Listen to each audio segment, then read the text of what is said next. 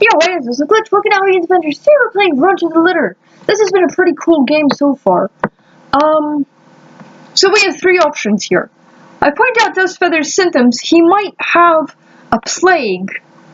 I threaten Unner by telling his about his bad behavior to his sponsor because he's going against the honor code, or I bribe Unner with special treatment.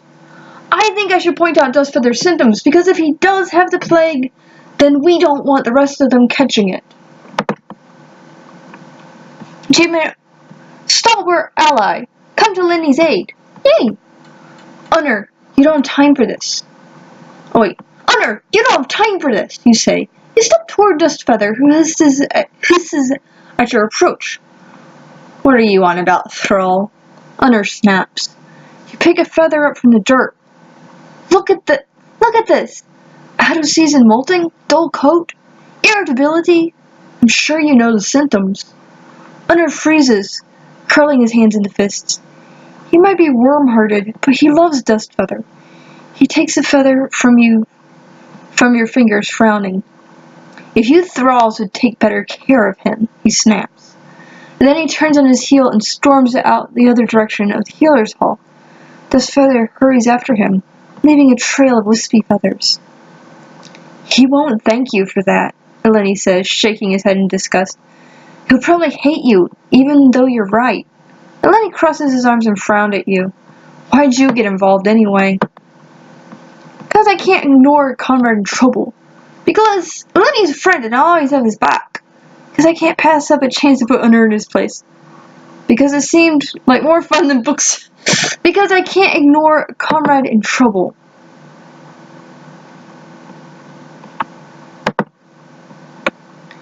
It's us against the fledglings. It's us against the fledglings, you say. We're comrades, and I just couldn't leave you there. Lenny nods and reaches out to grip your waist.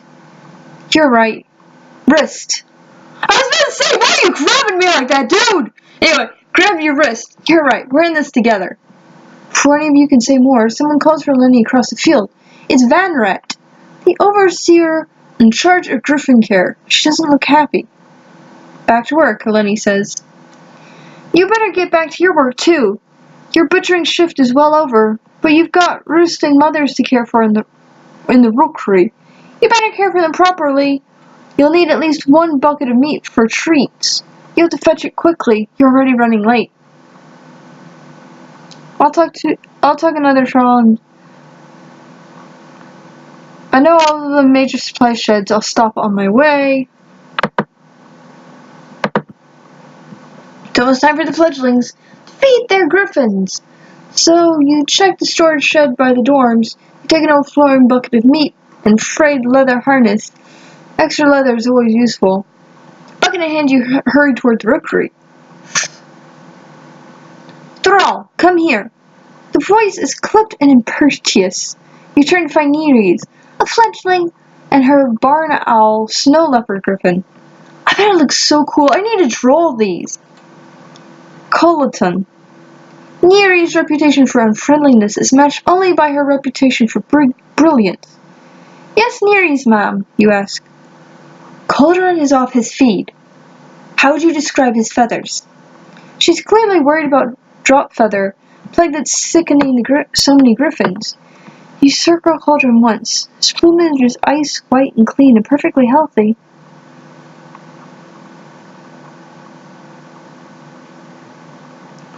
Glossy, well-groomed, and I see no sign of breakage. Thank you, Neres says. You have a good eye. I spend a lot of time with the healers, you admit. An admirable pursuit. Neres turns her attention to Cauldron, who's tugging on her sleeve with his beak. Please don't let me keep you. You nod and walk the last dozen meters to the rookery. Chapter 2, The Egg. Chapter 2. I'm going to stop here because this is... Honestly, it wasn't that long, but... We'll just go ahead. Chapter 2. The Egg. The rookery is uncomfortably warm. Smells like feathers and meat. Nesting griffins rumble and churr at each other. You recognize the low-level threat for those sounds. Roosting griffins are often aggressive, They're kept separately from each other in large stalls with heavy wooden walls and thick layers of rushes on the floor. The rookery is almost too full. With 6 mothers sitting on nests, you've heard that the High Council has been encouraging breeding to replace the griffins lost to war or drop feather. Soon there will be dozens of new fledglings, hand-picked by the High Council from children of the griffin keepers, and eager to push you around. It's been a rough day. You decide to tend to your favorite griffin first. My favorite Sea Spray, the Austrian white tiger griffin. I love her ferocity and standoffish attitude. My favorite is Swiftclaw, the secretary bird and cheetah griffin. I love her fierce, protective nature. My favorite is Trick Shadow, the rook and panther griffin. I love her playful energy, even if her moods can be unpredictable. My favorite is Kim Vision, the Cape Vulture and cougar griffin. I love her gentleness. She's so easy to care for. That one sounds the best to me. My favorite is Bright Feather, the kingfisher and griffin. I love her wild energy, though she can get out of hand. My favorite is Silent Winter, the barn owl and snow leopard griffin. I love her serenity and steady devotion to her eggs. Ugh! Both of those sound really good. Keen Vision or Silent Winter? Gentleness, easy to care for. Serenity and steady devotion. Steady devotion! Like me. You open the door to Silent Winter's stall. She's standing just inside an impenetrable wall of griffin. Her wings are raised in agitation. She doesn't growl or even look down at you. You try to squeeze past her, but she has successfully taken up every inch of the doorway. As you push against her, ruffling the mottled copper of her feathers, she finally looks down. Her eyes are as unreadable as black stones, and the white disk of her face is equally expressionless. All you can say is for sure you're not invited in. Whether she shows it or not, she's clearly upset. I speak to her softly and offer her some meat. I've watched drills long enough to know how things are done. I'll vault in over her back. Sometimes you have to let risks and get dirty. I'll crawl. Whether she shows it or not, she's clearly upset. I'll speak to her softly and offer her some meat.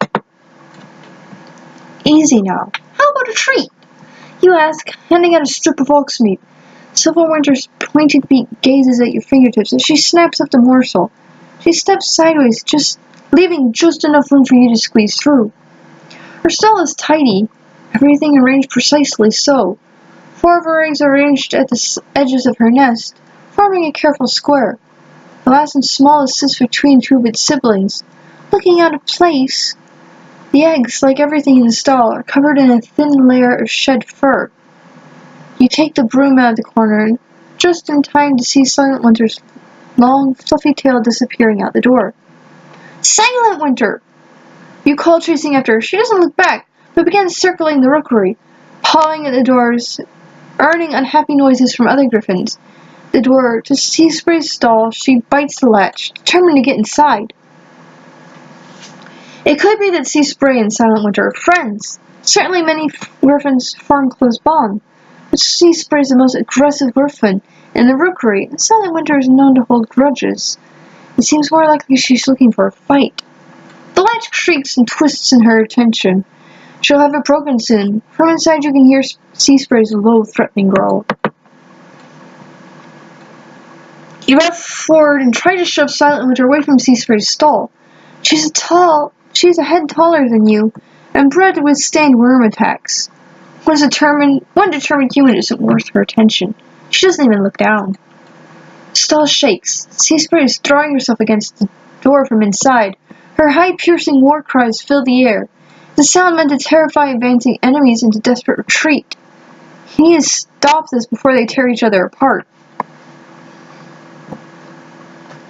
I'll lure Silent Winter back with treats. Whatever the danger, I have to protect the griffins. I'll put myself between. I'll end up dead that way. The best way to control the griffins is with a harness. I'll put Silent Winter in hers and pull her back. I'll ride Silent Winter back into her stall. Once I'm back, she'll have to do what I say. I'll lure Silent Winter back with treats. That's the best way to do it. Or throw a bucket of water on them like dogs. You bring Silent Winter. I'm about to run out of time, so I'll see you.